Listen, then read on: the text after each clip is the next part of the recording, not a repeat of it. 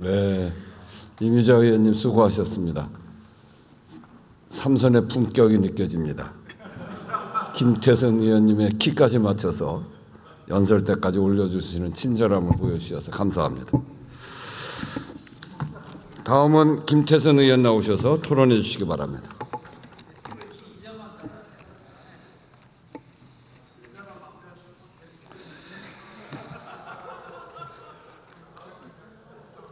네, 반갑습니다. 존경하는 국민 여러분, 그리고 존경하는 우원식 국회의장님, 그리고 선배 동료 의원 여러분, 안녕하세요. 저는 노동자의 도시 울산 동구 더불어민주당 김태선입니다.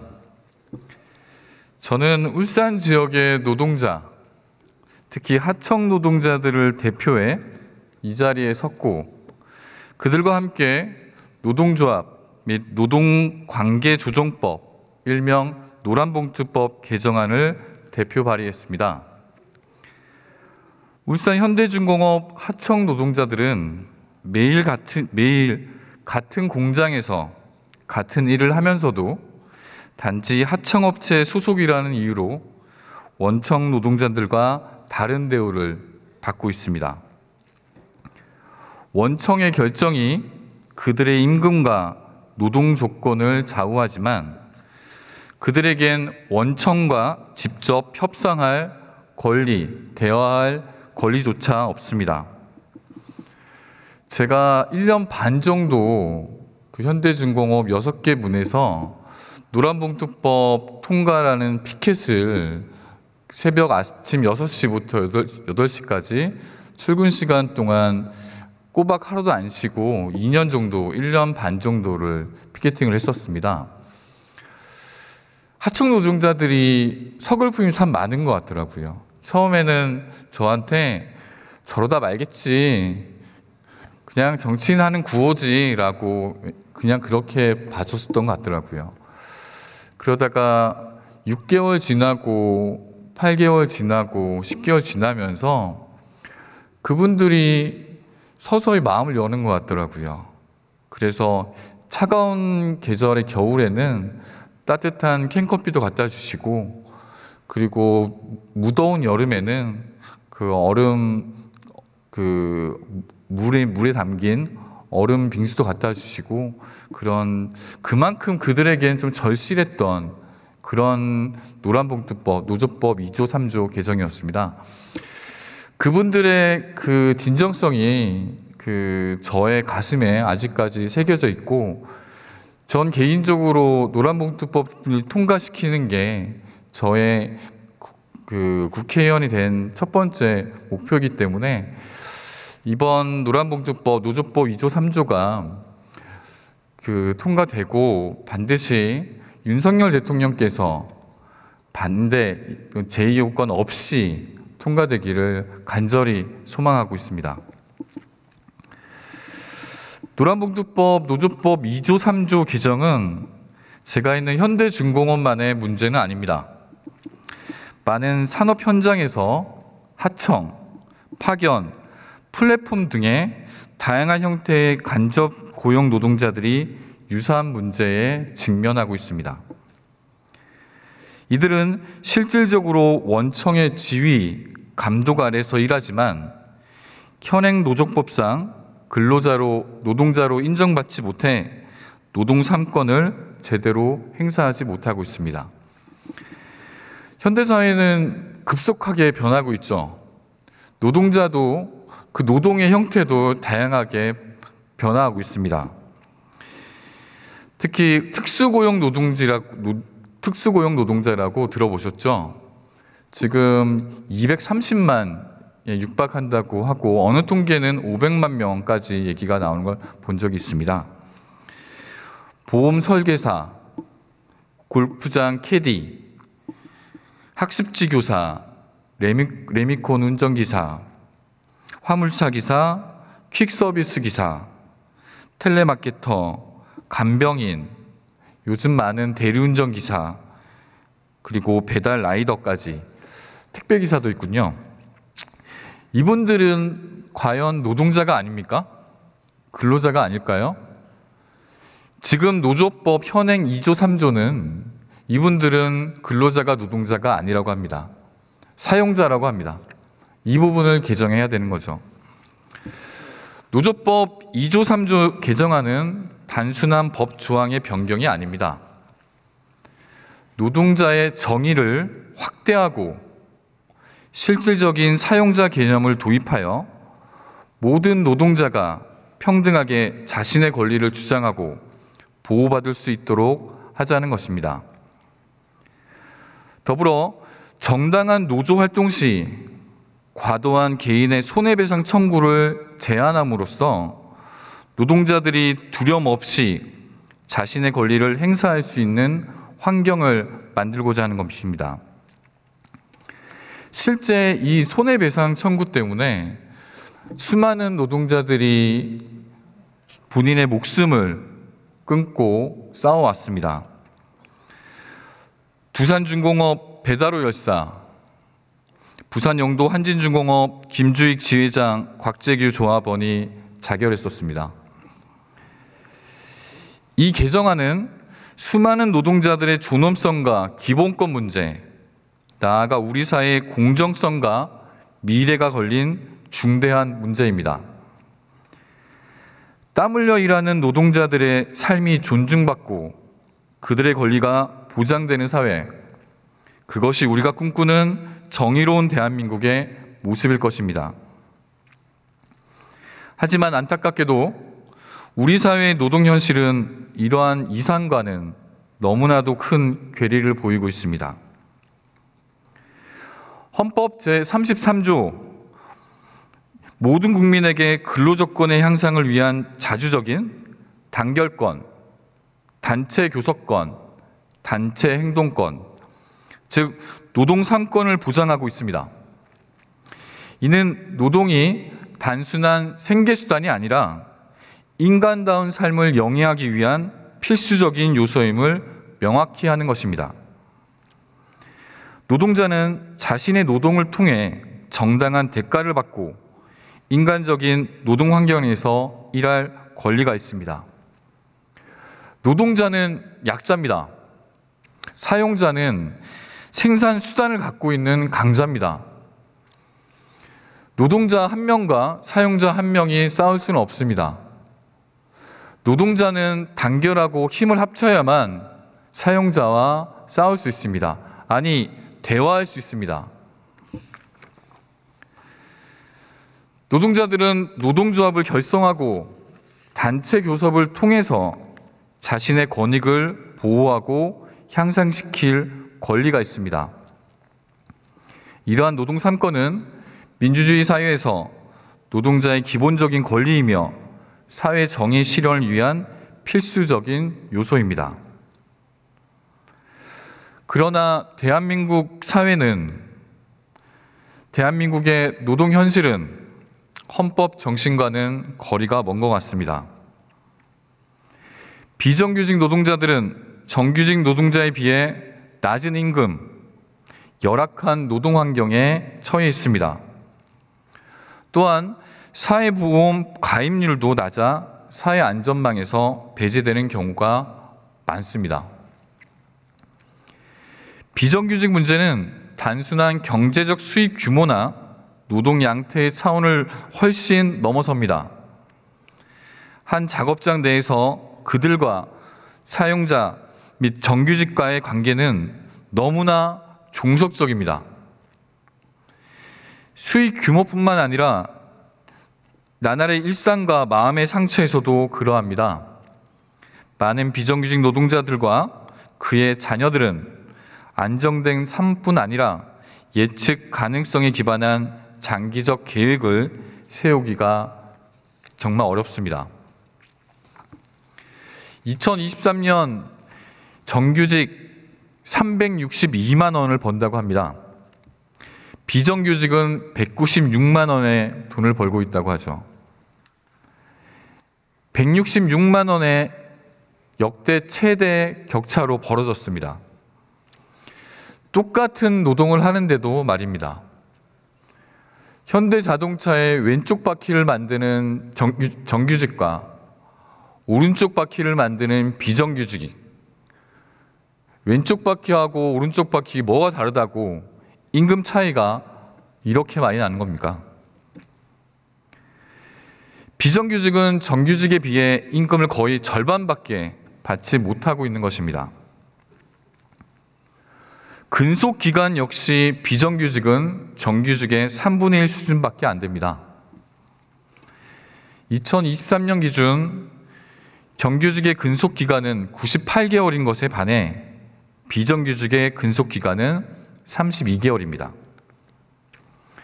비정규직 노동자들은 평균 2년 반 만에 한 번씩 직장을 바꿔야 할 만큼 근속기간이 짧습니다. 상식적으로 비정규직이면 급여가 더 정규직보다 높아야 되는 거 아닙니까? 언제 잘릴지도 모르는데 정규직보다 3분의 1 정도, 반 정도밖에 안 되는 임금을 가지고 비정규직으로 살아가는 게 얼마나 힘들겠습니까? 더 위험한 작업도 비정규직이 다 맡고 있죠. 그 위험한 작업 환경인데도 불구하고 임금은 정규직의 반도 안 되는 상황입니다. 위험할수록 비정규직일수록 오히려 임금이 높아야 되는 게 상식입니다. 더 심각한 문제는 한 번 비정규직이 되면 정규직으로 전환되기가 매우 어렵다는 점입니다. OECD 통계에 따르면 한국은 비정규직이 정규직으로 전환될 가능성이 조사 대상 국가들 중에 가장 낮다고 합니다. 현대자동차 얘기를 좀 하겠습니다. 현대자동차가 작년에 생산직 정규직 채용에 400명을 뽑았다고 합니다. 전국에 있는 청년들 25만 명이 현대자동차 생산직 공채에 지원을 했다고 합니다. 이 청년들은 400명 안에 든 그 청년들은 울산에 터를 잡고 연애도 할 것이며 결혼도 할 것이고 애도 낳을 것입니다. 그리고 부모님도 봉양하면서 살아가겠죠. 지방이 살아갈 수 있는 방법 중에 하나입니다.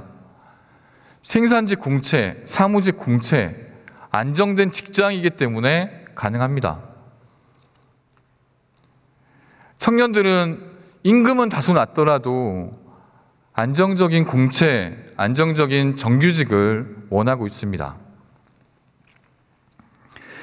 한국노동연구원의 연구에 따르면 1년 후 정규직 전환율이 17%, 3년 후 정규직 전환율은 20.3%에 그친다고 합니다.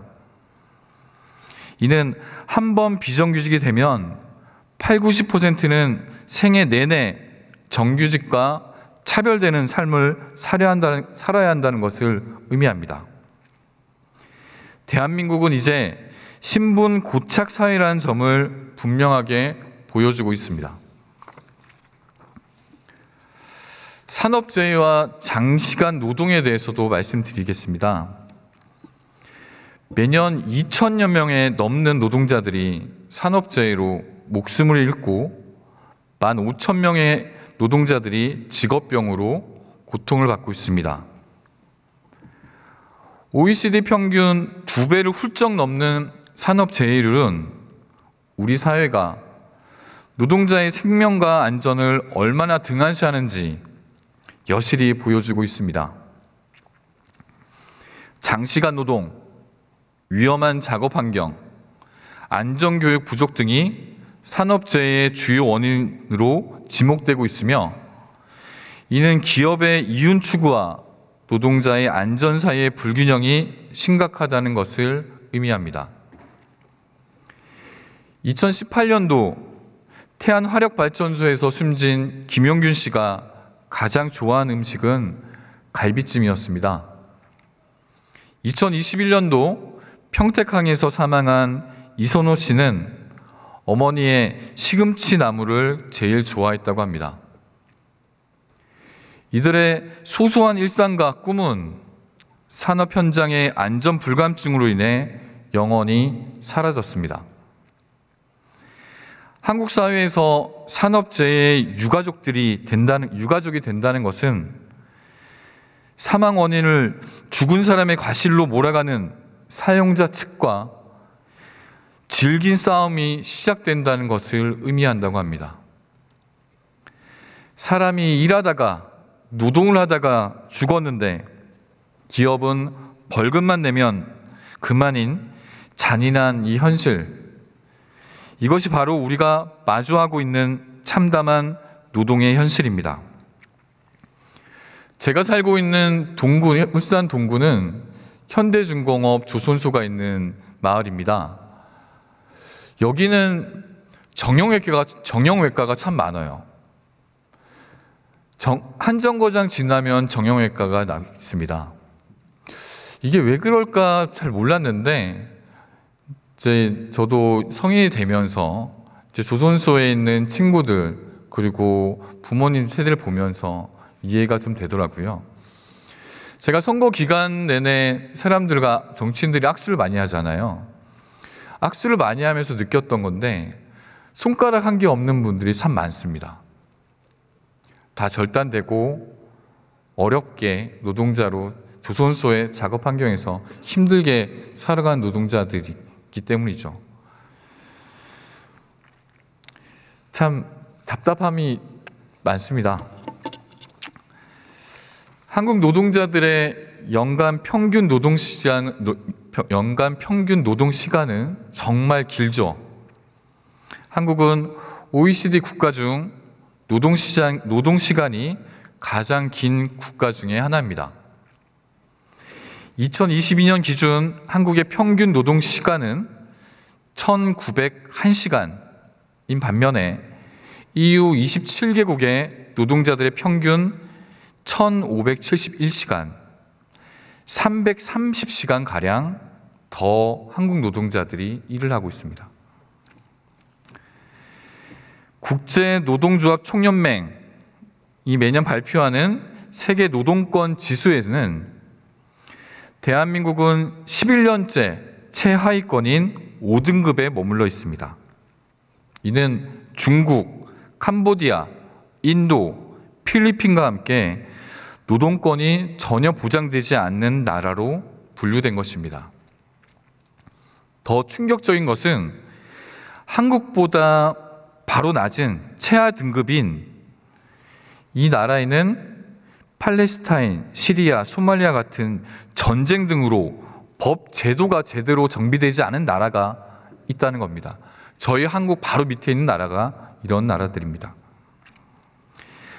우리나라의 노동권 실태가 얼마나 심각한지 여실히 보여주는 지표입니다.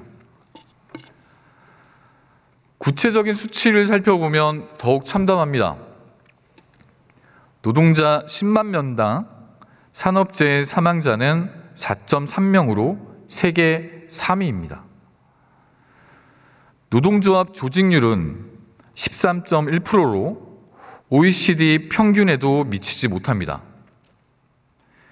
단체 교섭의 권리가 보장된 노동자는 14.8%, OECD 평균의 절반도 되지 않습니다. 국제노총은 한국을 정부가 노조활동을 범죄화하고 검찰권을 남용해 노조를 표적수사하는 나라라고 평가하고 있습니다. 우리나라의 노동 현실을 적나라하게 보여주는 것입니다. 그러나 현 정부는 이러한 평가에 대해 객관적인 평가로 보기 어렵다며 그런 입장을 고수하고 있습니다. 이는 ILO 국제노동기구를 포함한 국제노동계와 학계에서 해당 보고서의 공신력을 인정하는 것과는 상반된 입장이죠. 더욱 개탄스러운 것은 이렇게 열악한 노동 조건에도 불구하고 윤석열 정부와 여당은 이를 개선하기 위한 어떠한 실질적인 노력도 하고 있지 않다는 점입니다. 글로벌 스탠다드를 핑계로 오히려 노동자들의 권리를 더욱 제한하고 기업의 이익만을 우선시하는 정책들을 추진하고 있습니다. 이는 우리 사회의 근간을 흔들고 노동자들의 삶을 더욱 어렵게 만드는 무책임한 행태라고 할 수 있습니다. 더욱이 최근 윤석열 대통령이 김문수 경사노위 위원장을 고용노동부 장관으로 지명한 것은 기상천외한 천인공노할 인사 참사입니다. 김문수 후보자는 극우 유튜버에 가까운 인물로 그의 발언들은 공직자로서 상상할 수 없는 수준 이하입니다. 민사소송을 오래 끌어 가정 파탄 나게 해야 한다. 불법 파업에는 손배 폭탄이 특효약이다. 쌍용차 노조는 자살 특공대다. 노조는 머리부터 세탁해야 한다. 등의 발언은 노동자와 국민을 적대시하는 태도를 여실히 보여줍니다. 이런 분을 고용노동부 장관으로 지명을 했습니다. 지난 2년간 경사노위에서 했던 행태들을 보면서도 어떻게 과연 고용노동부 장관으로 김문수 위원장을 지명할 수 있는지 정말 개탄스럽습니다. 국민과 싸우자는 것, 국회와 싸우자는 것 말고는 답이 없는 것 같습니다. 노사관계에서 정부의 역할은 공정한 중재입니다. 그러나 노동자와 국민을 악으로 규정하는 인사에게 어떤 공정성과 합리성을 기대할 수 있겠습니까?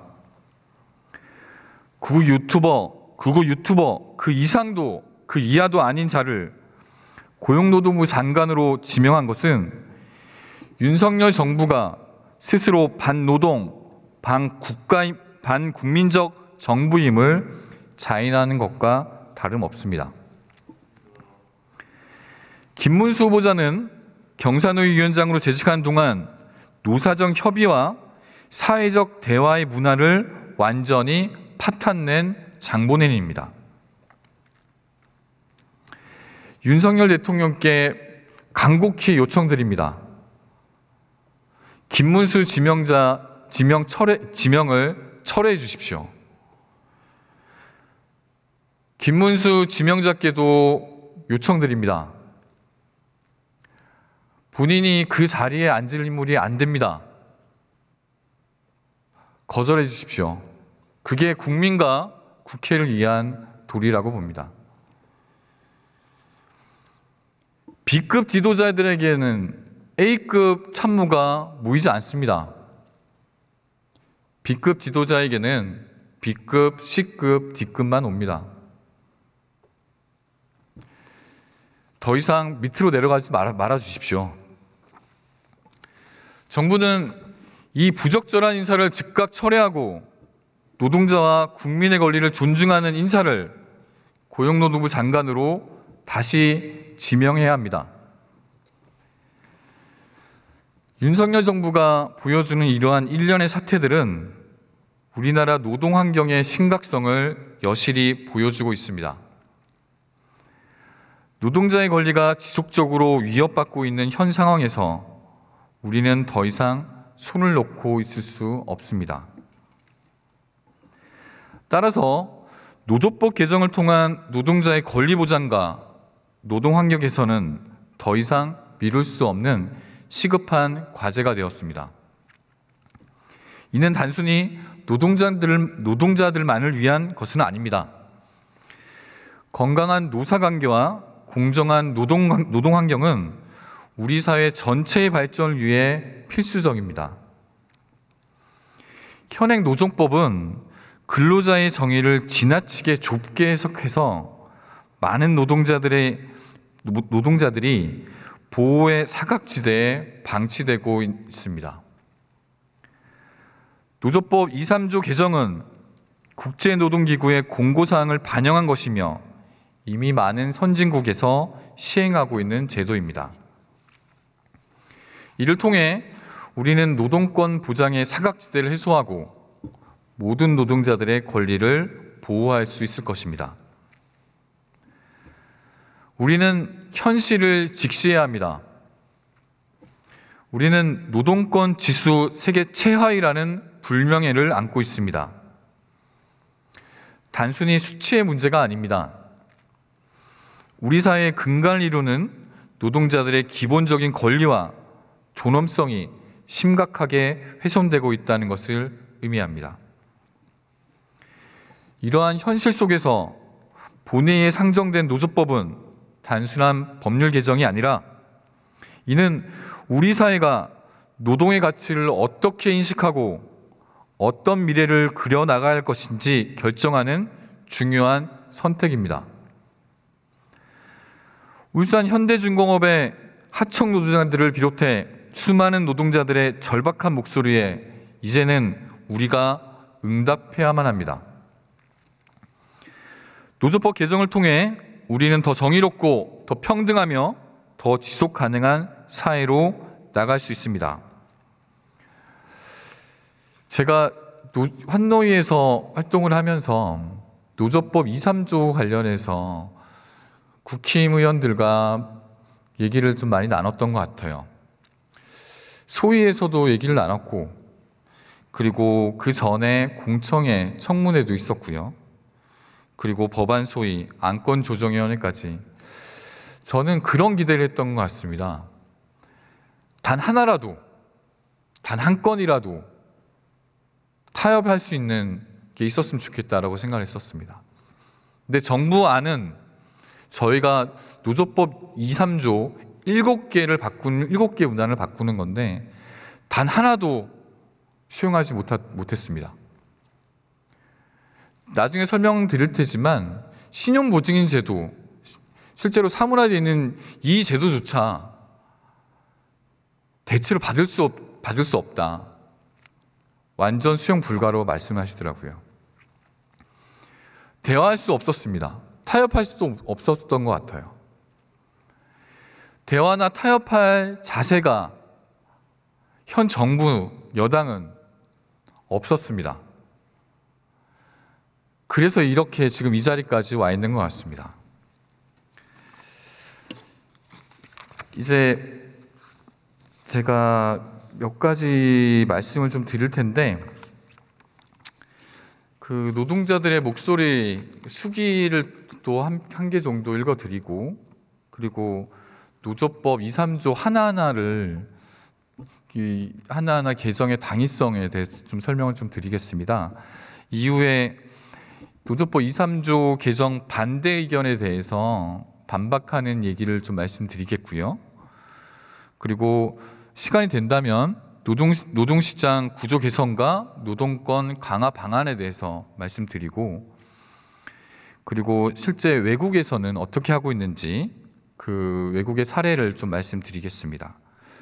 그리고 현재 노동 현장의 목소리까지 좀 전해드리고 이제 마무리하는 그 순서대로 진행을 하도록 하겠습니다.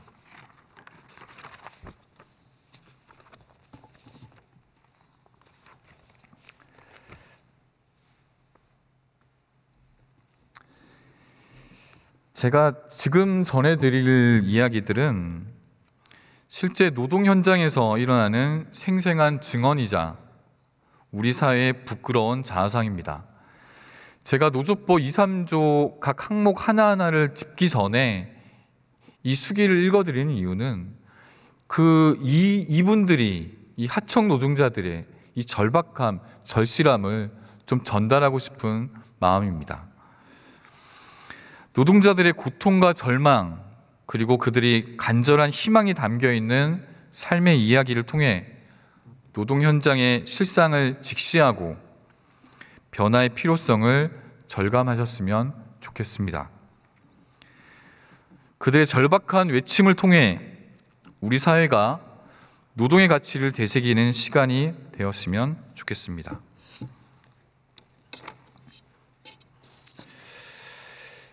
택배 현장의 진짜 사장은 누구인가? 택배 산업의 원하청 문제에 관한 수기입니다.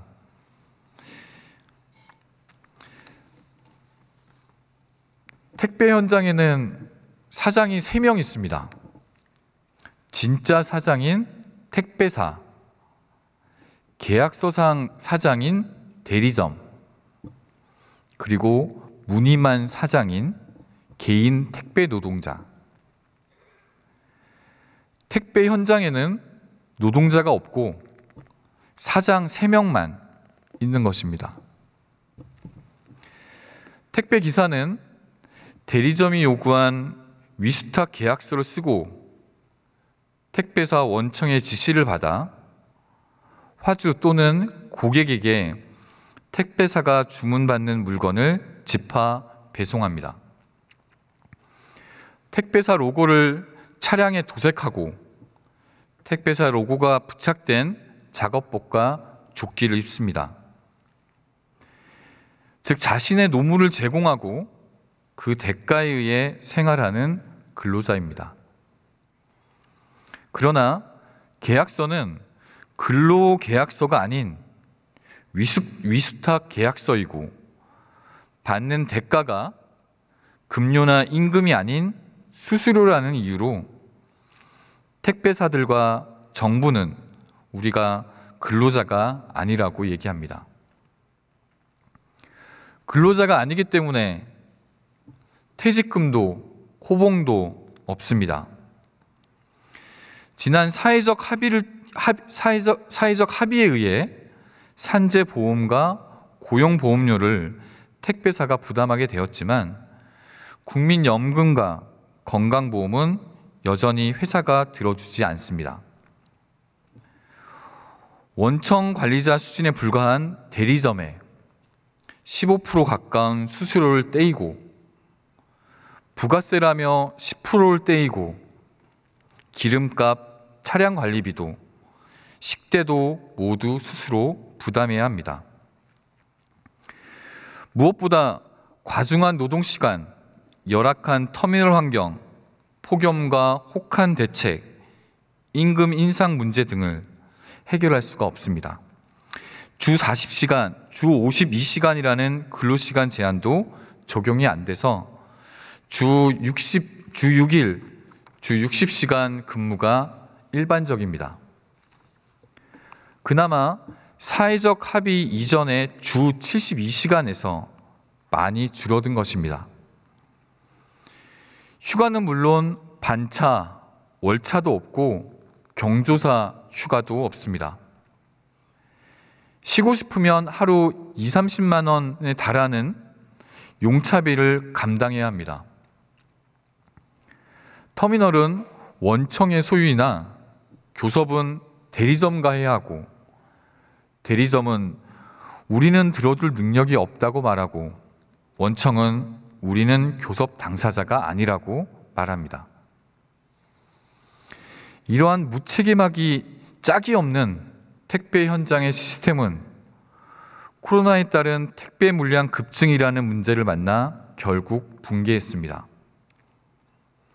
2020년과 21년 26분의 택배 기사가 과로로 사망한 것입니다. 결국 택배사들은 분노한 여론에 공론장으로 끌려 나왔고 분류 인력 투입, 표준 계약서 작성, 택배기사 처우 개선 등의 조치들이 합의되었습니다. 이 과로사 방지 사회적 합의로 택배기사가 분류 작업에서 배제되자 거짓말처럼 과로사가 현격히 줄어들었습니다. 택배사 원청, 진짜 사장이 사회적 대화에 나와 책임을 졌기 때문에 문제가 해결된 것입니다. 그러나 여전히 택배사들은 자신이 진짜 사장임을 부인하며 책임을 회피하고 있습니다. 지난 2월 10일 택배노조는 CJ 대한통운 본사를 점거했습니다. 파업에 돌입했으나 원청이 협상을 45일 넘도록 거부했기 때문입니다. 사회적 합의에 따른 요금 인상분 대부분을 가져간 게 원청이고 부속 합의서를 강요한 것 역시 원청이니 문제를 해결하려면 진짜 사장 원청과 대화를 해야 되는데 계약 관계가 아니라며 대화를 거부하니 점거와 같은 수단을 동원할 수밖에 없게 되었던 것입니다. 그러나 CJ 대한통운 원청으로부터 돌아온 것은 자신들과 상관없는 이들이 불법으로 본사를 점거했다며 제기한 20억의 손해배상 소송이었습니다.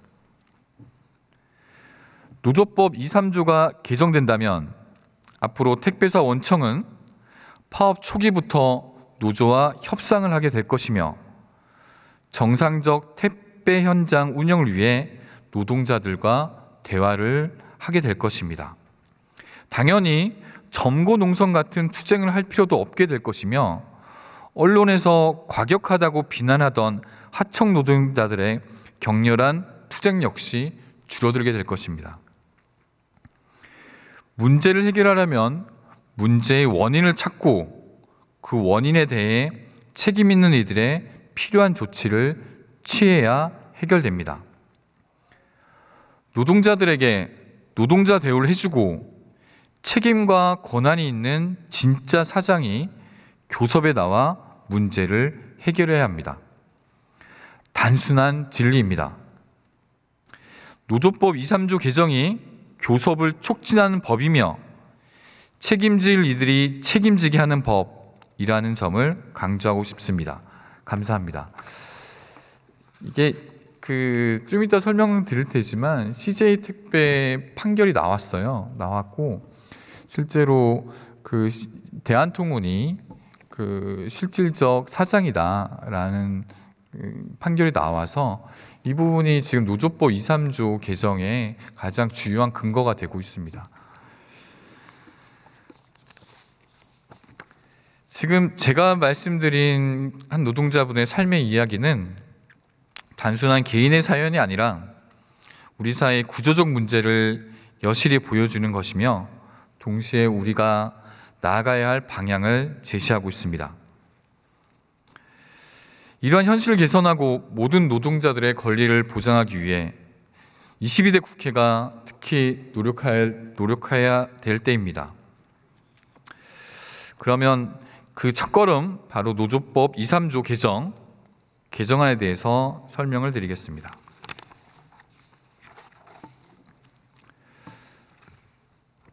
노조법 2조 제2호 사용자 정의 개념입니다. 제2조 2항을 보시면 지금 현행입니다. 사용자라 함은 사업주, 사업의 경영 담당자 또는 그 사업의 근로자에 관한 사항에 대하여 사업주를 위하여 행동하는 자를 말한다 라고 지금 현행법에 지금 되어 있고요. 개정안에는 이 현행 그대로 가져가되 이 경우 근로계약 체결 당사자가 아니더라도 근로자의 근로조건에 대하여 실질적이고 구체적으로 지배, 결정할 수 있는 지위에 있는 자도 그 범위에 있어서는 사용자로 본다. 그러니까 아까 이미자 의원께서도 계속 말씀하셨는데 실질적이고 구체적으로 지배 결정할 수 있는 지위에 있는 자라는 개념을 도입한 겁니다. 이게 아까 이미자 의원께서는 상당히 모호하고 추상적인 개념이라고 말씀하셨는데 아닙니다. 이미 대법원에서 판례로 이미 규정하고 있는 법입니다. 중노위에서도 인용하고 있는 그냥 그대로 말이 붙은 판결문에 나와 있는 말입니다. 대법원 2013년 25일 선고 2007도 8881 판결에 보시면 노동조합법의 사용자는 근로자와의 사이에 사용 종속 관계가 있는 자뿐만 아니라 근로 조건 등에 관하여 실질적이고 구체적으로 지배 결정할 수 있는 지위에 있는 자도 포함된다고 판시하고 있습니다. 이게 모호하고 추상적인 개념이라면 판결이 이렇게 안 나오죠.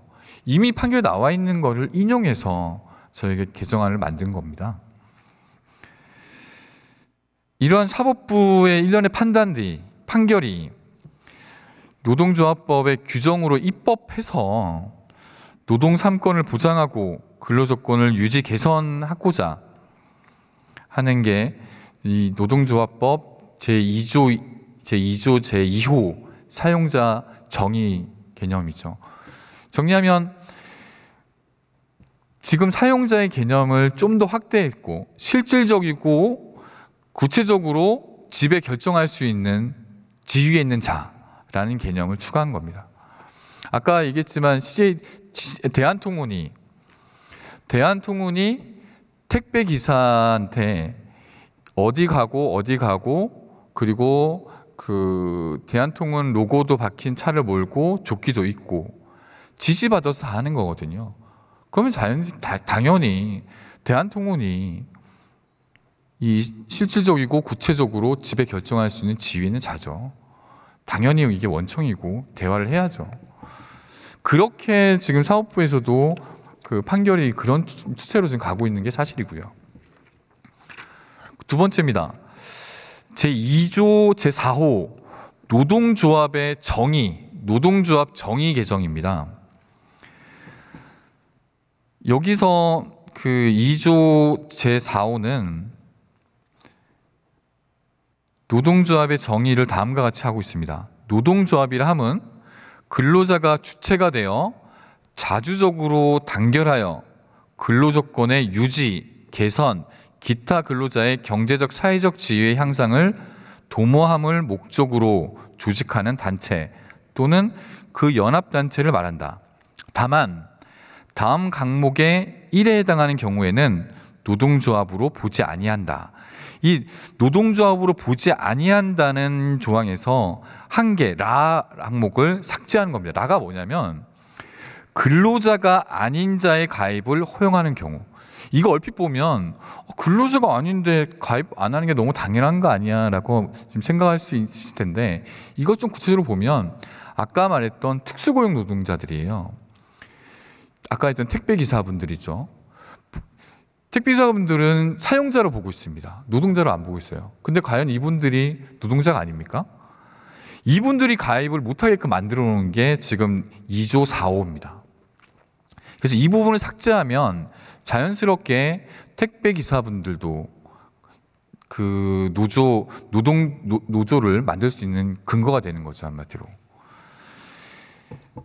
여기서 또 사법부는 골프장 캐디, 학습지 교사, 방송 연기자, 특수고용 노동자뿐만 아니라 구직자, 실업자 등으로 구성된 노동조합에 대해서도 인정하고 있음에도 불구하고 고용노동부 등은 고용노동조합의 일부 근로자가 아닌 자의 가입을 핑계로 노동조합 설립 신고를 회피하고 노동 분쟁 해결 절차에서 배제시켜서 실제로 노정 갈등을 조장하고 있습니다.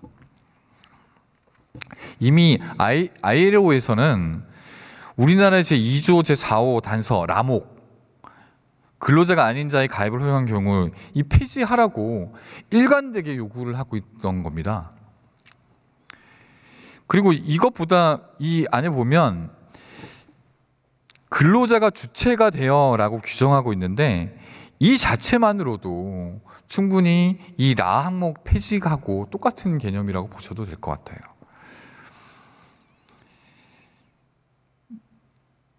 네, 이게 방금 얘기했던 게 2조 제4호 노동조합 정의 개정이고, 그러니까 지금 특수고용 노동자들도 노동자로 포함시키는 노동조합을 만들 수 있는 근거를 만들겠다 그런 게 지금 두 번째 2조 4호 개정안입니다. 그리고 세 번째 제2조 5호 노동쟁의 정의 개념입니다. 이제 노동쟁의의 정의입니다. 이 법에서 사용하는 용어의 정의는 다음과 같다. 2조 5호 노동쟁의를 함은 노동조합과 사용자 또는 사용자 단체 간에 임금, 근로시간, 복지, 해고, 기타 대우 등 근로조건의 결정에 관한 주장의 불일치로 인하여 발생한 분쟁 상태를 말한다. 그래서 근로조건의 결정이라는 개념을 근로조건으로 바꾸는 겁니다.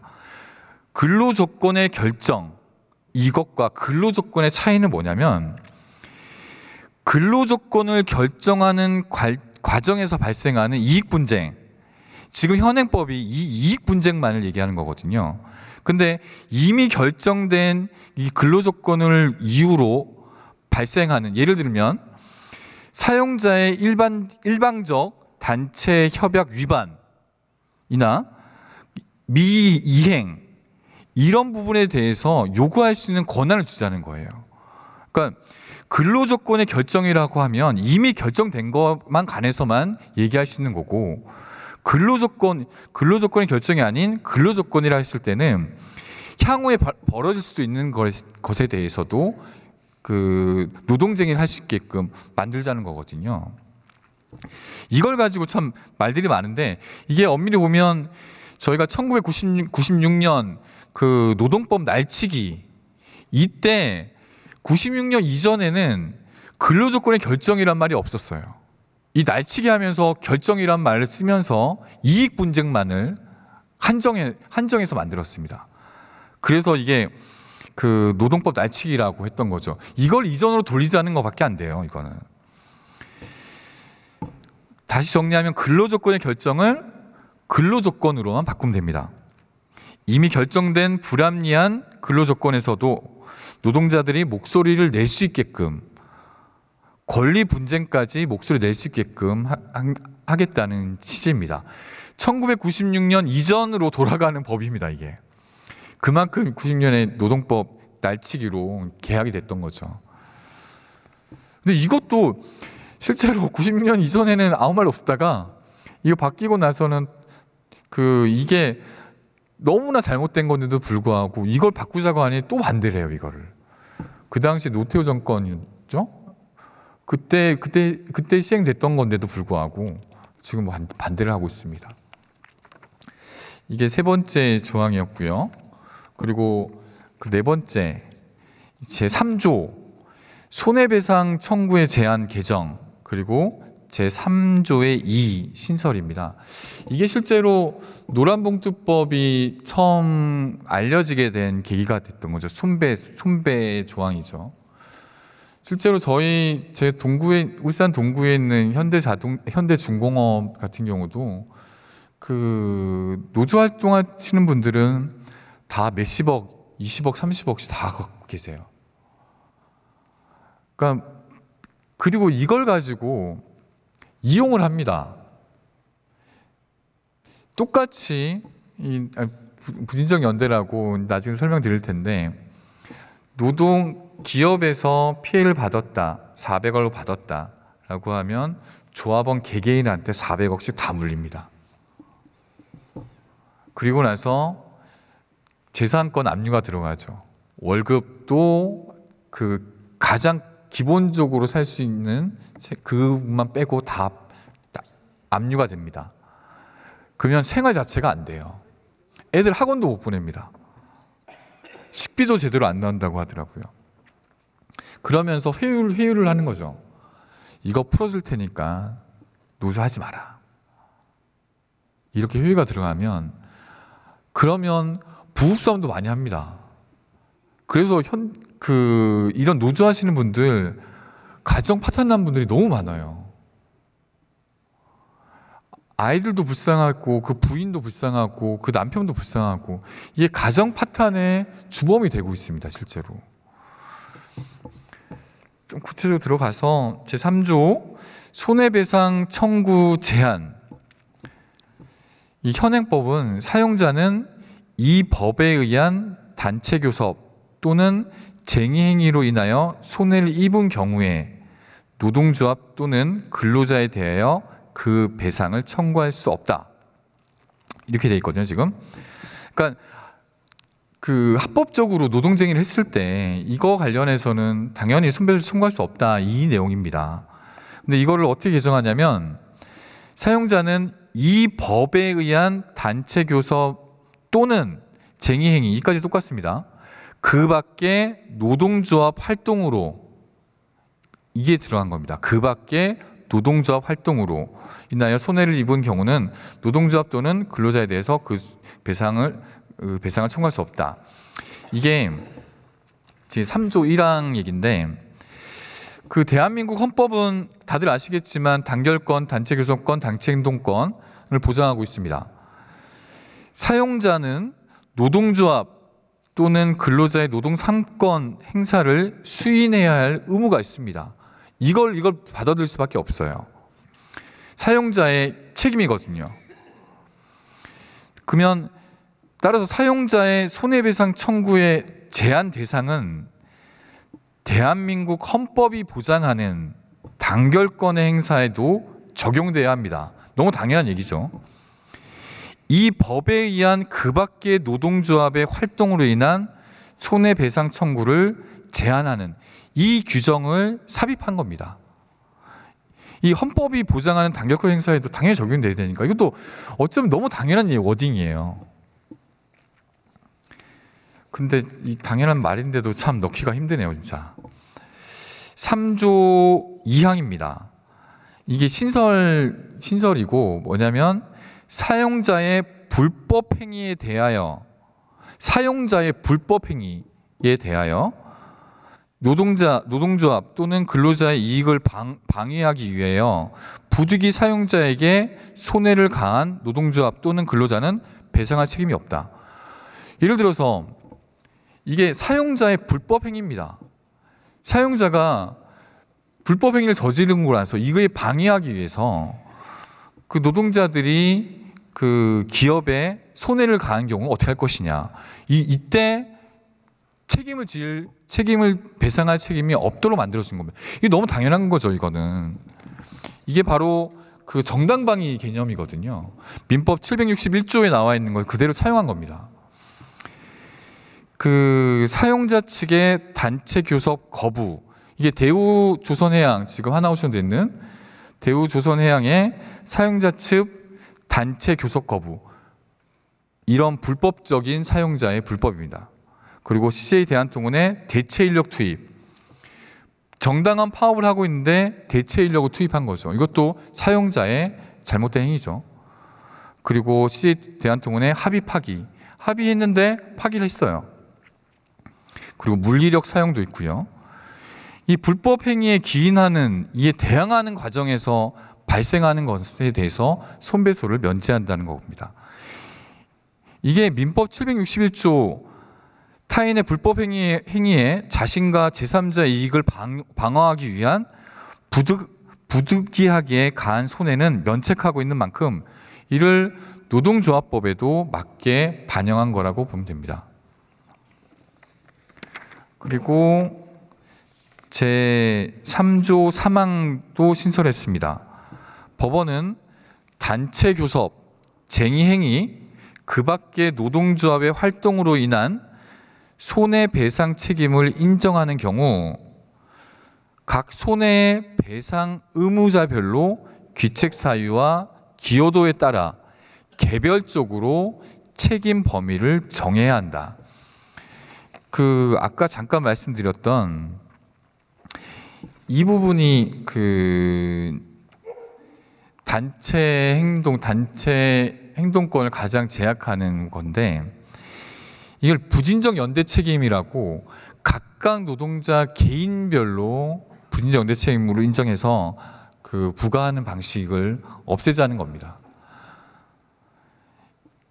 이렇게 되니까 그 한 달에 200, 300씩 하는 노동자들이 200억 받고 많게는 400억 받고 하면 정말 그러면서 자살하는 경우가 정말 많아요. 실제로 그런 경우가 너무 많았고요. 그리고 이걸 가지고 사용자들이 악용해서 노조 탈퇴니 권리 포기 시 소취하겠다, 그리고 여태 밀리는 임금 다 줄 테니까 빨리 포기해라 라고 그 회유하는 수단으로 적용이 왔죠. 그래서 이 연대 책임 법리를 완화해서 손해배상 책임을 제한하고 각 배상 의무자별로 책임 비율을 정해서 하자는 게 규정입니다. 이게 부진적 연대 책임을 개인 배상 의무자별로 책임 비율을 정해서 하자는 게 규정으로 만든 게 제 3조 3항이죠. 그리고 3조 4항은 신용보증법 제6조에도 불구하고 신용보증인은 단체교섭, 쟁의, 행위, 그 밖의 노동조합의 활동으로 인하여 발생한 손해에 대해서는 배상할 책임이 없다. 이거는 그 신용보증법에 나와 있는 거라고 하는데, 이 고용관계에서 이게 쟁의행위를 하는 동안에는 근로계약 관계가 일시 중단되는 상황입니다.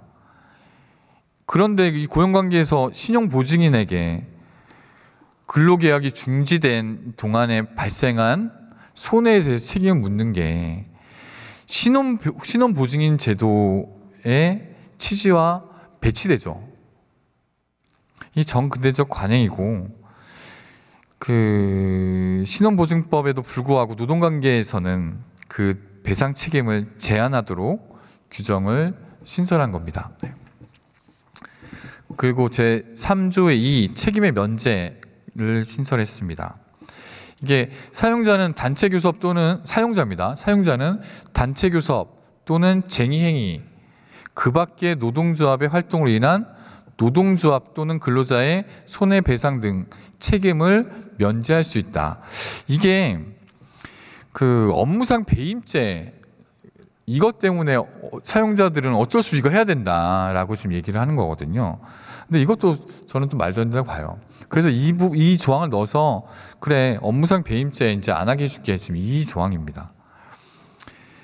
그 사용자가 손해배상 청구에 대한 사회적 비난을 회피하기 위해서 손해배상 청구를 하지 않으면 업무상 배임죄에 걸린다는 주장을 하는 경우가 다수 존재하기 때문에 그 사용자 재량으로 노사관계에서 발생한 노동조합 또는 근로자의 손해배상 책임 등을 면제하는 것을 이번에 만든 거죠.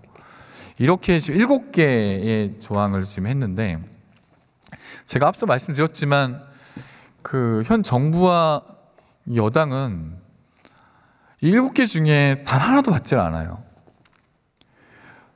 대화, 타협, 협상의 가능성이 1%도 없습니다.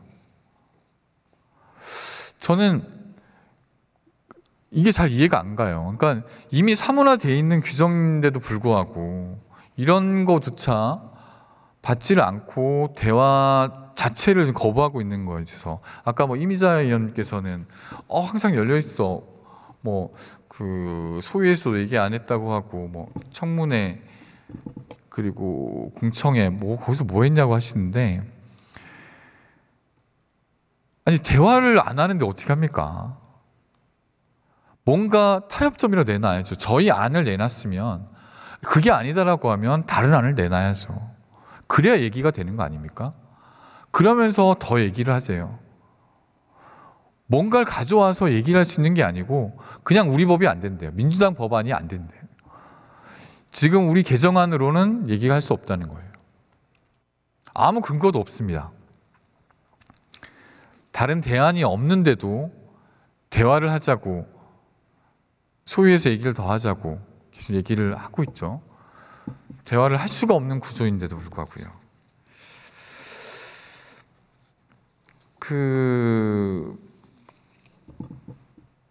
이 노조법 관련해서 이제 판결문을 좀 읽어드리려고 했는데, 판결문이 생각보다 좀 어려워요. 어려워서 판결문을 좀 해석한 그걸 좀 제가 설명을 좀 드리겠습니다. 이번 CJ 대한통운 관련된 내용입니다. 이 내용을 좀 보시려면 그 전에 어떤 사건인지를 보셔야 되는데, 2020년, 그러니까 4년 전이죠. 2020년 3월쯤에 택배 대리점 소속 택배 기사들로 구성된 택배 노조가 원청인 CJ 대한통운을 상대로 단체 교섭을 요구합니다.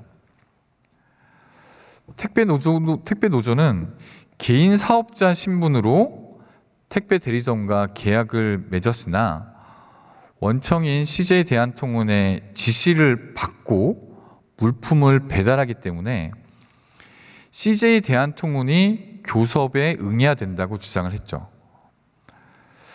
이에 대해서 CJ 대한통운 측에서는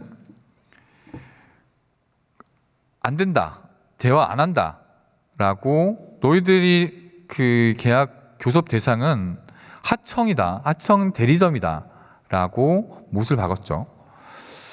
그래서 택배 노조는 CJ 대한통운이 단체 교섭을 거부한다고 해서 이게 바로 부당 노동 행위라고 해서 중노위에 구제 신청을 합니다. 2021년 6월에 2020년 3월부터 시작된 겁니다. 그래서 2021년 6월에 중노위에서 CJ 대한통운의 단체 교섭 거부는 부당 노동 행위라고 판정합니다. 이후에 이제 사용자 측인 CJ 대한통운은 행정소송까지 하죠. 이 노동조합법에 따르면 사용자가 노조의 단체 교섭을 이유 없이 거부할 경우 부당 노동 행위로 규정하고 있습니다. 근데 CJ 대한통운에서는 택배 기사들 교섭 대상은 대리점이다 라는 입장을 계속 구술하죠. 그러면서 이에 대해서 이제 택배 기사들은 빨리 하자고 계속 얘기를 하고, 그러다가 2023년 1월 이제 1심 재판부에서 판결 내리는데 뭐라 하냐면 아까 설명드렸던 그대로 내용이 나옵니다. 원고는 CJ 대한통운입니다. 원고는 택배 기사들의 근로조건과 관련해 실질적이고 구체적으로 지배 결정할 수 있는 지위에 있다 라면서 택배 기사들에 대한 관계에서 노조법상 사용자에 해당하고 단체 교섭 요구를 거부할 이유가 없다라고 하면서 택배 노조의 손을 들어주죠. 2심에서도 똑같이 판결을 합니다. 지금 그러니까 사법부에서는 사용자의 범위를 이미 확대했어요. 실질적이고 구체적으로 지배 결정할 수 있는 지위에 있는 자라고 하면서 이 부분은 이미 사법부에서 하고 있는데 계속 지금 정부 여당에서는 이게 뭐하다고 추상적이라고 하면서 받지를 않고 있죠. 제가 그때 상임위할 때 이런 얘기를 했는데 지금 이런 얘기를 하고 있는 것 자체가 10년 뒤, 20년 뒤에는 그런 우리가 이런 시절도 있었는데 라고 아마 그렇게 생각하지 않을까요? 근데도 아직까지 꼼짝을 않고 있네요. 좀 답답한 상황입니다. 이 판결들은 우리가 추진한 노조법 2, 3조의 개정이 단순한 정치적 요구가 아니라 우리 사회의 전반적인 흐름과 일치하는 필수적인 변화임을 보여주고 있습니다. 그러나 이러한 사법적 해석만으로는 분명한 한계가 있다고 봅니다.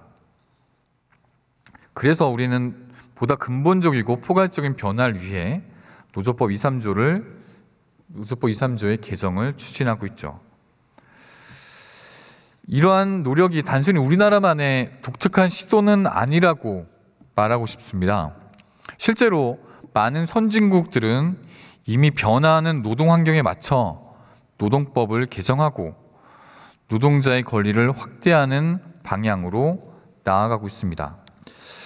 이제 노조법 2, 3조 관련해서 해외 사례를 좀 살펴보겠는데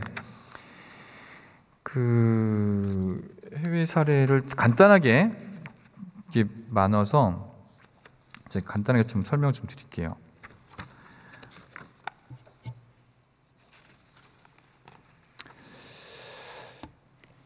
그 균열 일터라는 그 책이 있습니다. 데이비드 와일의 저서인데, 균열 일터는 이렇게 시작한다. 현대 일터는 크게 변모했다. 고용은 더 이상 단일 고용주와 노동자 사이에 맺어지는 명확한 관계가 아니다. 고용의 기본 조건, 채용, 평가, 급여, 관리 감독, 교육 훈련, 조율, 이런 기본 조건은 이제 여러 조직의 산물이 되었고, 노동 조건에 대한 책임 소재도 모호해졌다. 시간이 흐를수록 점점 깊게 벌어지는 바이틈처럼 일터도 지난 30년간 균열을 겪고 있다. 그리고 그 균열은 사람들이 고용과 더불어 믿고 의지했던 그 기반에도 심대한 영향을 미쳤다. 노동자를 보호하는 각종 법은 균열 일터가 만들어낸 새로운 경계선을 미처 따라가지 못하고 있는 실정이다. 건강하고 안전한 근무 조건에 대한 신념은 달라지지 않았지만 무자비한 하청 계약이 그러한 책임을 흐리고 노동자들을 위험한 상황으로 밀어넣고 있다. 제3자 위탁 경영은 최저임금 규정 위반으로 이어지기 쉽다.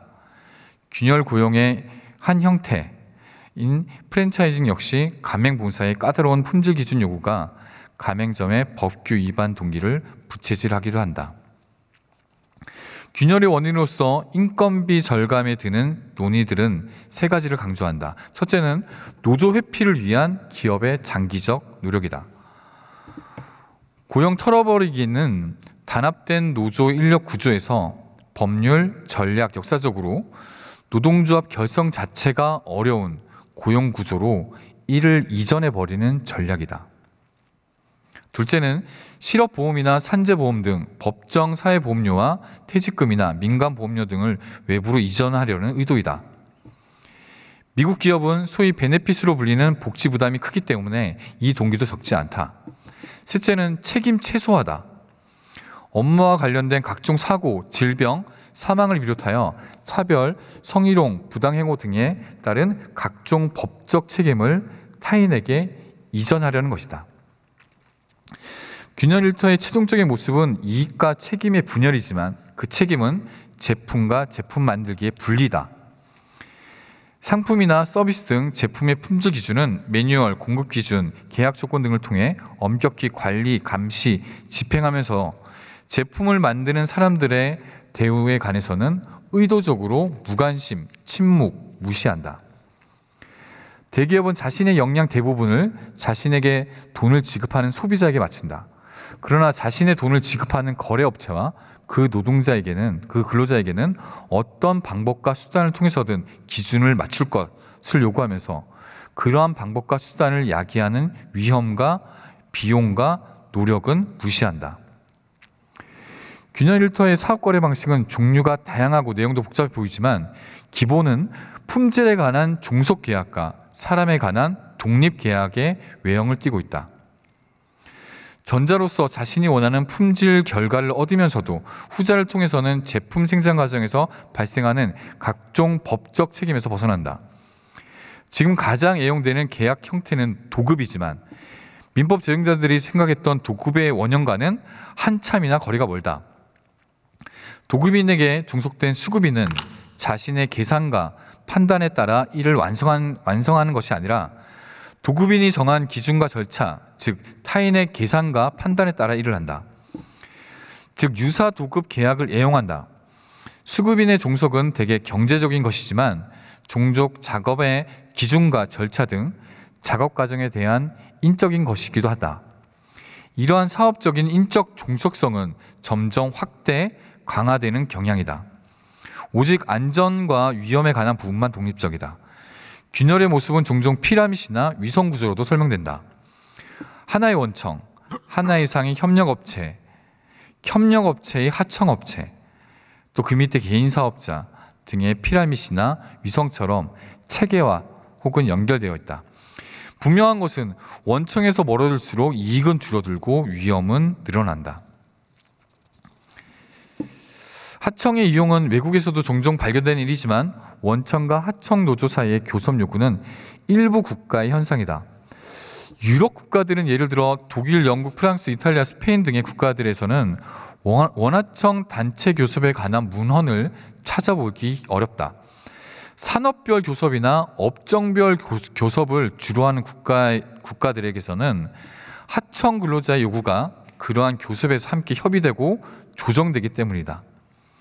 사실 원청의 단체 교섭 의무를 피할 수 있는 가장 좋은 대부분의 국가에서 취하는 방법은 업종별 교섭, 산업별 교섭 등 초기업 교섭이다. 기업별 교섭의 관행 및 그에 대한 집요한 고집은 산업 구조와 기업 변화, 기업 연결 등의 변화로 인한 단체 교섭 수요에 적절하게 대응하지 못하게 하는 근본적 원인 중 하나다. 그런 점에서 사용자 개념의 확대 또는 원청 교섭 책임의 요구는 기업별 교섭을 고집해온 업보다. 하청 노조가 원청을 상대로 단체 교섭을 요구하는 대표적인 국가는 미국과 일본, 대한민국, 모두 우리나라처럼 기업별 교섭이 주된 교섭 유형의 국가들이다. 미국은 일찍부터, 일본의 상대적으로 최근에 노란봉투법의 취지와 유사한 상황에 있는 원청에 대하여 단체 교섭 의무를 인정하고 있다. 그런 점에서 노란봉투법은 기업별 교섭이 주된 관행인 국가들에게서 인정되는 법리를 법 제도적으로 수행한 것이라고 할 수 있겠다. 이 미국의 공동사유자 법리는 연방노동위원회에서 나온 거고, 그리고 일본 같은 경우는 일본 민간방송 노동조합 연합회에서 아사히 방송에서 근무한 19명에 관련된 얘기인데, 이 부분은 좀 길어서 이걸 다 말씀드리는 거는 좀 무리인 것 같고, 결국에는 이런 하청 구조가 있는 나라가, 하청하고 원청하고 교섭을 해야 되는 나라가 대한민국, 미국, 일본 정도인데, 지금 미국하고 일본은 이미 노란봉투법과 유사한 법이 이미 제정이 돼서 갖고 있고, 유일하게 남은 나라가 지금 대한민국이다라는 그런 얘기입니다.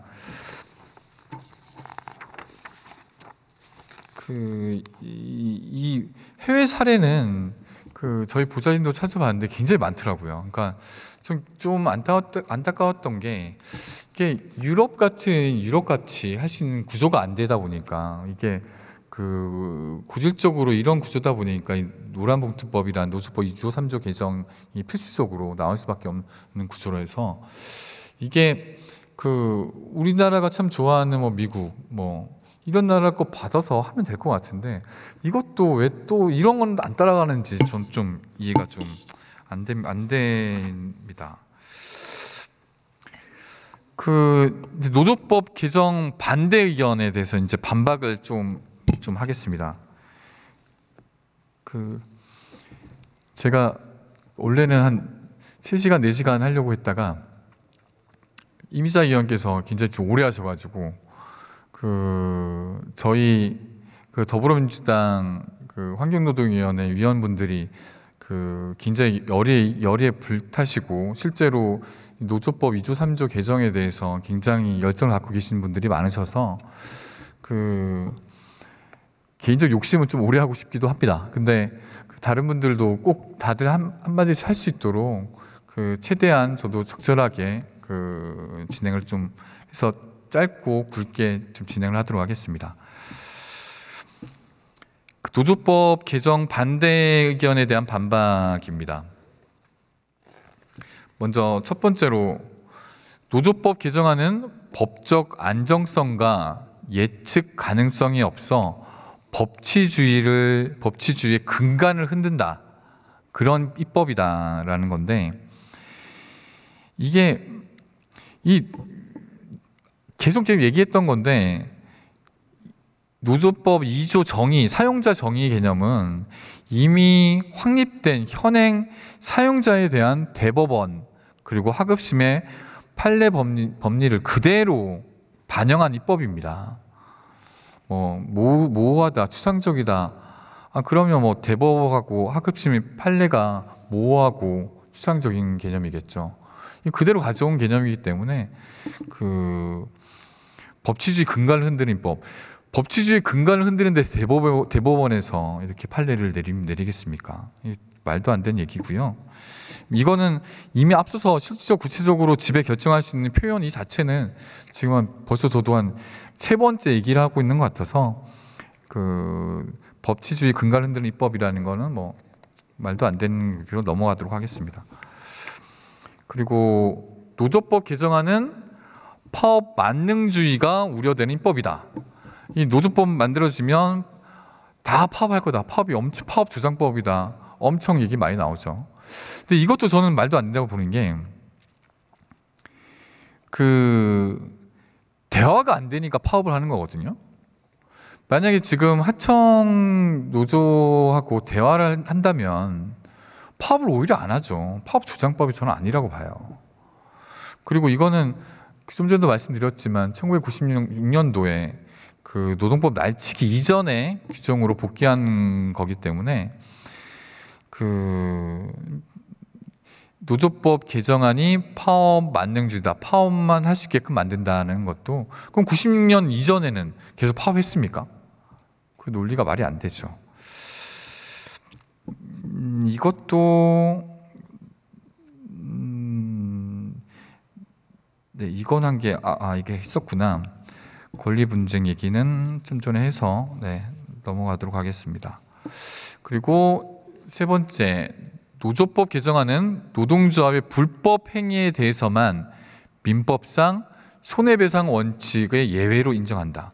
이게 그 좀 자세히 살펴보면 이런 겁니다. 그 노동조합법 개정안은 노동자들의 헌법이 보장하는 노동 기본권에 대해서 정부와 사용자가 노조 탈퇴나 권리 포기를 위해 악의적으로 진행한 무분별한 손해 가압류 소송을 막아서 더 이상 노동자들의 죽음으로 내몰리지 않게끔 하는 입법입니다. 두산중공업 배달호 열사, 한진중공업 김주익, 최강서, 그리고 유성 쌍용자동차, 비정규직 노동자들 이들이 정부와 사측에서 무분별하게 손배 가압류 이런 것 때문에 목숨을 끊고 지금도 싸우고 계신 분들, 이분들이 부진적 연대 채무 개인한테 똑같이 몇백억씩 걸고 그 사람들 또 회유하고 노조 나오면 풀어준다고 하고 가정 파탄 나고 개인 생활 자체가 없어지는 이런 부분을 끊자는 거지. 이게 왜 민법상 손해배상 원칙의 예외를 인정한다. 네. 이게 오히려 이 노동법 개정안은 민법의 특별법이라고 보는 게 맞죠. 노동관계법이 정부와 사용자가 무분별하게 민사상 공동 불법 행위 책임을 물어서 노동자들이 헌법에 보장된 노동 기본권 행사로 목숨을 끊는 걸 방지하는 그런 부당한 현실을 개선하고자 하는 거고요. 그리고 4번째, 노조법 개정안은 노동시장 이중구조를 개선하지 못하고 미래 세대의 일자리에 충격을 주게 될 것이다. 이게 이중구조 개선하지 못한다는 건데, 오히려 이거는 결과적으로 노동시장 이중구조를 해소하는 방안이 되겠죠, 당연히. 지금 노동시장 이중구조는 대기업, 중소기업 얘기하고 정규직, 비정규직 얘기하고 있는데, 이거는 노동상권 보장하지 않은 취지고, 그러면 자연스럽게 노동시장 이중구조를 해소하는 법이라고 저는 보고 있어요. 그러면 왜 이게 노동시장 이중구조를 개선하지 못한다고 하는지 이해가 좀 안 됩니다. 오히려 미조직된 노동자들을 조직화시키면서 헌법에 보장된 단결권을 행사하면 단체교섭 통해서 노동 조건이 개선된다고 하면 노동시장 이중구조 개선이 되지 않겠습니까? 너무 당연히. 그리고 다섯 번째로 얘기를 하는 게 노동조합에 대한 손해배상 청구는 민주노총의 문제이고 노조법 개정이 아닌 불합리한 노사 관행을 바꿀 문제이다. 이건 좀 말에 어폐가 있는 게 민주노총 조합원도 대한민국 국민인데 이 민주노총의 문제라고 국한하는 것도 이런 문제 제기도 좀 말이 안 됩니다. 이거는 헌법이 보장하는 노동 3권은 대한민국 국민 누구나 누려야 할 보편적 권리라고 봅니다.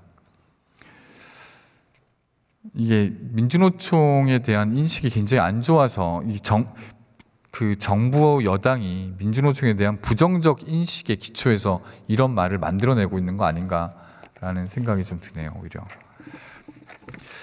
그리고 노조법 개정안은 교섭 창구 단일화 절차 등 노조법 전체 체계와 상충하고 이로 인한 노사 관계의 혼란 등이 불가피하다라고 얘기한 건데, 이게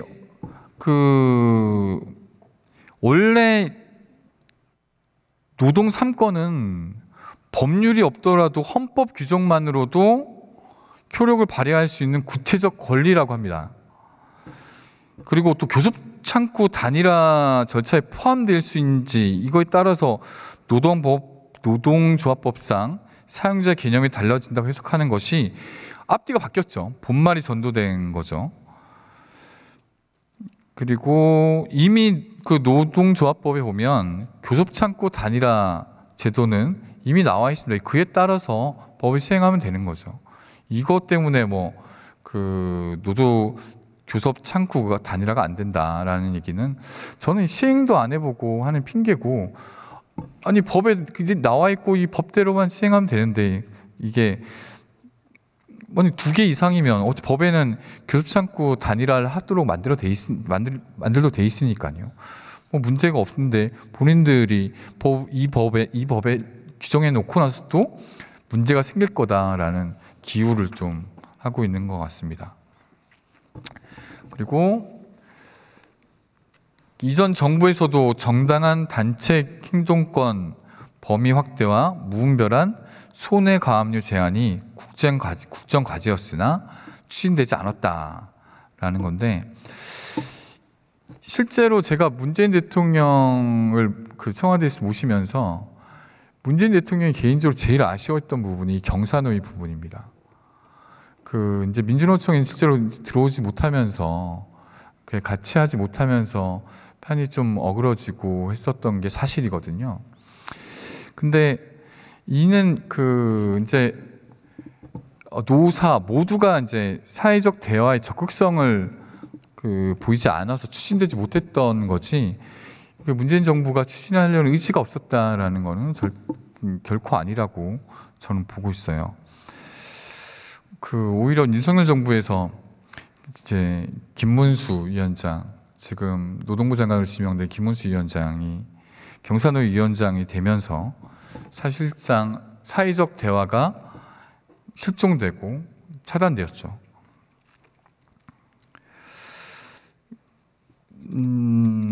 그리고 이제 현행 노조법 규정이 국제 기준에 부합하냐? 이거는 아까 좀 전에 말씀드렸던 ILO 결사자유위원회, UN 사회권 규약위원회, 여기서는 이렇게 얘기해요. 파업 참여자에 대한 민사상 손해배상 청구가 지속되고 있는 등 쟁의행위 참가 노동자를 상대로 한 보복 조치가 지속되고 있음에 우려를 표명하고 법 제도 개선을 권고한다고 되어 있습니다. 아니 저희가 ILO 이사국인데 지금 이것도 안 지키고 있고, 제가 간단하게 한번 읽어드릴게요. 간접고용 노동자의 원청 상대 노동 3권 행사 관련 ILO 권고. 노동기본권을 회피할 목적으로 간접고용을 활용하는 것을 방지하고 간접고용 노동자들의 원청을 상대로 노동 3권을 실질적으로 보장받을 수 있도록 정부는 노사와 협의를 통해 적절한 메커니즘을 개발할 것. 금속산업 부분 등에서 일하는 사내하청, 파견 노동자들이 자신의 노동 조건에 관해 원청을 상대로 행하는 단체 교섭이 촉진될 수 있도록 정부가 모든 필요한 조치를 취할 것. 사내하청 노동자들이 원청을 상대로 노동 3권을 행사한 것을 이유로 해고된 경우 이들이 해고 기간 동안에 임금 상당액을 보장받고 원직, 복직할 수 있도록 조치를 취하고, 만약 원직 복직이 객관적이고 중대한 사유로 불가능한 경우 해고 노동자들이 겪은 모든 고통에 대한 보상과 차후 이러한 부당 노동 행위가 재발되지 않도록 하기 위한 적절한 보상을 제공할 것. 현대차 등 간접 고용 노동자들의 조합원들에게 가해진 사측의 폭력 행위에 대하여 책임자를 처벌하고 피해 노동자들에게 보상이 될 수 있도록 모든 필요한 조치를 취할 것. 이게 바로 간접 고용 노동자들의 원청 상대 노동 3권 행사 관련 ILO의 공고사항입니다. 이게 결사이사위원회 363차 보고서의 내용이고요. 국제 기준에 부합하죠, 당연히. 아니, 현행 노조법은 국제 기준에 부합하지 않죠, 당연히. 그래서 지금 개정을 하겠다는 거고요. 그리고 노조법 개정이 기업의 경영권, 재산권을 침해한다라는 건데, 이 경영권은 법률 매개로 형성된 법률적 권리의 복합체를 총칭한 용어입니다. 기본권으로 규정 가능한 지위나 성격이 아니라는 거죠. 그리고 헌법상 기본권에서 해석상 권리 혹은 권리로도 보기 어렵다는 비판도 있습니다. 재산권은 일반적인 기본권은 법률로 권리의 한계를 정할 수 없는데 재산권은 법률로 한계를 정할 수 있습니다. 근데 노동 3권을 포함한 다른 노동 3권은 헌법에서 도출되는 권리죠. 노동 3권은 법률의 제정이라는 국가의 개입을 통해서 비로소 실현될 수 있는 권리가 아니라 법률이 없더라도 헌법의 규정만으로 직접 법 규범으로서 효력을 발휘할 수 있는 구체적 권리로 보아야 한다라고, 이것도 대법원 판결에 나와 있는 내용입니다. 그리고 새 노조법 개정안이 사용자의 노동조합 가입을 허용한다. 이게 이제 아까 했던 라목 있잖아요. 제2조 사항의 라목. 노동조합을 근로자가 아닌 자의 가입 여부 등에 따른 형식적 판단이 아닌 자주성 여부 등 실질적으로 파악하는 것이 바람직하다는 이제 ILO의 일관된 폐지 요구, 그리고 한미 FTA 전문가 패널 보고서도에서 개정을 요구한 바가 있습니다. 이게 윤석열 정부 이후에 이 해당 규정이 심각하게 악용되어 왔죠. 노동조합 설립 신고 필증이 반려되거나 근로자가 아닌 자의 가입을 허용하고 있다는 이유로 처우가 각하되고 특수 고용 노동자들에게 피해가 집중되고 있는 거죠. 그러니까 이 특고 노동자들이 노동조합의 가입을 이제 허용하는 거, 이건 너무 당연한 거고, 이분들을 사용자로 보고 있으니 사용자의 노동조합 가입을 허용하면 되냐, 이런 논리인데, 이거는 그냥 말장난에 좀 불과하다고 봅니다. 그리고 사용자 불법에 대항해 발생한 손해의 면책은 이중처벌이다라는 건데, 이것도 좀 전에 말씀드렸던 민법 제761조를 노동조합법상의 성격에 맞게끔 중용한 것에 불과합니다.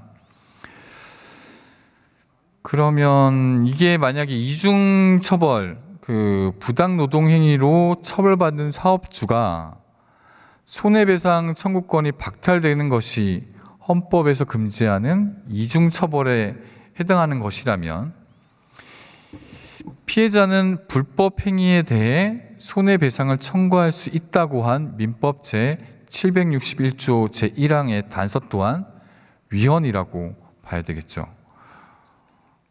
이것도 그리고 쟁의행위, 손해배상 청구하지 않으면 무조건 배임이다. 이것 때문에 저희가 마지막 한 게 신청을 또 한 개 해놨는데, 이거 이 법원에서 했던 걸 읽어드릴게요. 기업의 경영에는 원천적으로 위험이 내재하여 신중하게 결정을 내렸다 하더라도 그 예측이 빗나가 기업의 손해가 발생한 경우가 있을 수 있는 바, 이러한 경우에까지 고의에 관한 해석 기준을 완화하고 업무상 배임죄의 형사 책임을 묻고자 한다면 이는 재형 법정주의 원칙에 위배된다고 하여 손해 발생이라는 결과만으로 업무상 배임죄가 성립하지 않는다고 보고 있다. 따라서 손해배상 청구를 하지 않는 것이 업무상 배임에 해당할 여지는 없습니다. 네, 이렇게 노조법 개정에 반대하는 의견에 대한 반대 의견을 좀 내놔봤고요. 이제 우리 노동시장의 이중구조의 문제에 대해서 또 얘기를 좀 해야 되는데, 뭐 이중구조의 문제가 대한민국 이중구조 문제 점점 심화되고 더 커지고 있는 게 참 많습니다. 그 고용 형태에 따라서 임금 격차도 점점 늘어나고 있고, 뭐 대기업, 중소기업의 차이는 뭐 두말할 것도 없고요. 그리고 성별 임금 격차도 늘어나고 있고, 이 부분도 좀 얘기하고 싶은 게 있는데 좀 정리를 하고, 그리고 특수고용 형태 근로노동자들에 대한 것 얘기도 좀 하고 싶은데, 이것도 좀 정리를 좀 하고, 고용 노동자, 고용 현장의 목소리, 아까 제가 읽어드렸는데 그거 말고 참 감동적이고, 아니 감동적인 게 아니고 현실을 직시할 수 있는, 그리고 노동자들의 삶에 대해서, 지금의 상황에 대해서 설명할 수 있는 부분이 많아서 아마 그 수기가 많이 있거든요. 이 부분도 몇 개 읽어드리고 싶지만 과감하게 생략을 하도록 하겠습니다. 마무리 좀 짓도록 하겠습니다. 계속해서 말씀드리지만 노조법 2조 3조의 개정은 단순한 법률 개정이 아닙니다. 이는 우리 사회가 나아가야 할 방향을 결정짓는 중요한 선택입니다. 또다시 경제 발전과 사용자의 이익을 핑계로 노동자의 권리를 뒤로 미루는 우를 범해서는 안 됩니다. 고 김대중 대통령께서 1955년 10월 사상계에 기고한 한국노동운동의 진로를 통해 노동, 자본, 기술 3자가 평등한 입장에서 서로 협동함으로써 생산의 급속한 향상을 기하고 그 이윤이 분배에 있어서도 노동자와 기술자 역시 응분의 참여가 허용되어야 한다고 주장하셨습니다. 김대중 대통령의 해안이 오늘날 더욱 절실해 보이는 이유입니다. 우리는 이제 노동자, 자본가, 기술자 등 동등한 입장에서 협력하고 이윤을 공정하게 분배하곤 더욱 고도화된 경제 시스템과 노동 환경을 구축해야 합니다. 이는 단순한 이상이 아닌 우리 경제의 지속 가능한 발전과 사회 통합을 위한 필수 과제입니다. 노조법 2, 3조 개정은 이러한 변화의 중요한 변곡점이 될 것입니다. 이를 통해 우리는 모든 노동자들에게 희망의 메시지를 전할 수 있습니다. 우리는 노동의 가치를 재확립하고 모든 노동자의 존엄성을 인정하며 더 나은 사회를 향한 첫걸음을 내딛게 될 것입니다. 우리의 선택은 단순히 현재를 위한 것이 아닙니다. 이는 우리의 자녀들, 그리고 그 자녀들이 살아갈 미래 사회를 위한 선택입니다. 노동이 존중받는 사회, 모든 이의 권리가 보장되는 사회, 공정과 정의가 실현되는 사회를 만들기 위해 우리는 반드시 이 법안을 통과시켜야 합니다. 사실 저도 하고 싶은 얘기가 참 많은데, 노조법 개정의 필요성을 오랜 시간 동안 더욱 논리적으로 설명하고, 윤석열 정부와 여당에서 반대한 논리에 대해 더 조목조목 반박하고 싶습니다. 그런데 저 외에도 그 노조법 개정에 대해서 말씀하고 싶으신 더불어민주당 의원들이 많이 계시고, 다른 야당 의원도 많이 계십니다. 우리 모두가 함께 이야기 나누고 토론할 기회를 좀 드리고자 제 발언은 이 정도에서 줄이도록 하겠습니다. 우리가 만들어가야 할 변화는 결코 쉽지 않습니다. 많은 저항과 어려움이 있을 것 같습니다. 그러나 역사는 언제나 오른편에 섰던 이들을 기억합니다. 우리는 노동자의 권리 보장을 위해 싸웠던 선배들의 노력이 있었기에 지금의 노동 환경을 누리고 있습니다. 이제 우리의 차례입니다. 후대 사람들이 이 순간을 어떻게 평가할지 생각해 보십시오. 그들은 우리의 선택을 어떻게 바라볼까요? 우리가 노동자의 권리를 위해 싸웠다고 말할까요? 아니면 기득권을 지키기 위해 변화를 거부했다고 말할까요? 우리의 결정이 미래 세대에게 자랑스러운 유산이 될 수 있도록, 그리고 모든 노동자들이 당당하게 자신의 권리를 주장할 수 있는 사회를 만들기 위해 이 자리에 계신 모든 분들께 현명하고 용기 있는 판단을 다시 한번 간곡히 부탁드립니다. 노동이 존중받는 사회, 모든 이의 권리가 보장되는 사회, 그리고 공정과 정의가 실현되는 사회를 향한 우리의 여정이 바로 여기 지금 이 순간부터 시작됩니다. 함께 힘을 모아 이 중요한 변화를 이뤄내야 합니다. 경청해 주셔서 감사합니다.